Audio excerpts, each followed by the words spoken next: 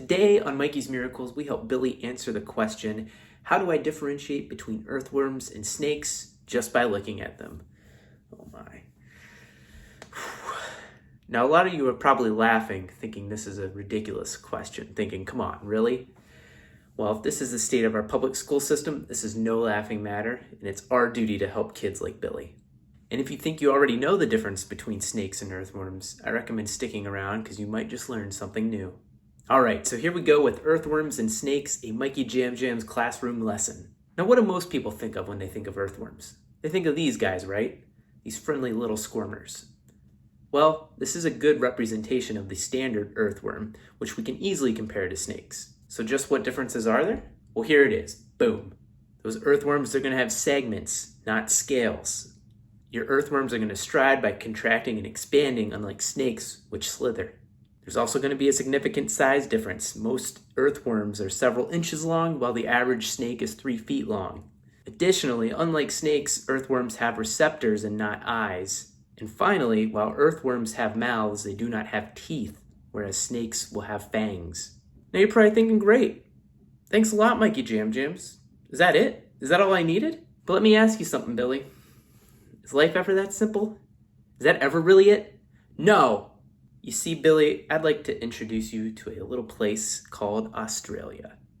Australia is unique to the world because they have their own special type of earthworm called the Australian earthworm. Now, don't feel bad if you didn't know this. In fact, only 1% of the population knows about Australian earthworms. And again, this is a critical failure of our public school system, but this is something that everyone should know, especially tourists traveling to Australia. And I say this because what is the one critical lesson when it comes to Australia, which happens to be our fact of the day? And that is everything in Australia wants to try and kill you. Now, most people think this applies to huge animals, crocodiles, snakes, but it literally applies to every animal in Australia. Your kangaroos, your platypuses, even Australian earthworms. So why don't we take a closer look and learn a little more about the Australian earthworm? First and foremost, you're going to notice that massive size. Australian earthworms can grow up to 30 feet long and weigh 20 tons. Do you think you can use that kind of worm as fishing bait, Billy? I don't think so. Next is their habitat. While they do live underground like standard earthworms, they burrow underground at great distances, causing mass erosion and destruction. The Australian earthworm's diet is also going to radically differ from that of a standard earthworm. They are carnivores, and so their diet can and often does include humans. Now, this part of the presentation has been a little morbid, so let's lighten things up with some fun facts. Ha! Just kidding, Billy. There are no fun facts when it comes to Australian earthworms. They are extremely deadly and dangerous. Now, it's not good to incite fear unless you also provide some helpful recommendations. So here are some tips on how you can survive Australian earthworms if you do ever go to Australia. Number 1, as much as possible, do not walk on the ground. Try and stay elevated at all times. Second, if you do have to walk, make sure to try and walk as quietly as possible.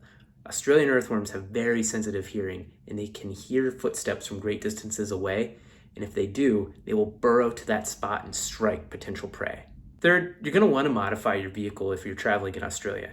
Here are some sample images of what other Australians have done to their vehicles. Now, all this said, Billy, if you want a complete and accurate comparison between earthworms and snakes, we need to include the Australian earthworm in our presentation. So that's what we're doing in this slide. We're adding the Australian earthworm to our previous comparison so we can see how deadly and dangerous these Australian earthworms are compared to standard earthworms and snakes. And most importantly, your teacher is really going to appreciate this extra level of effort. Now let's recap. What did we learn today, Billy? Well, first off, we learned there are actually 2 types of earthworms, the standard earthworm and the Australian earthworm. Second, don't assume that an innocent animal in one part of the world is safe in Australia. As we clearly learned with the earthworm, that is not the case at all. Third, when traveling in Australia, do not walk in remote barren areas where Australian earthworms like to congregate.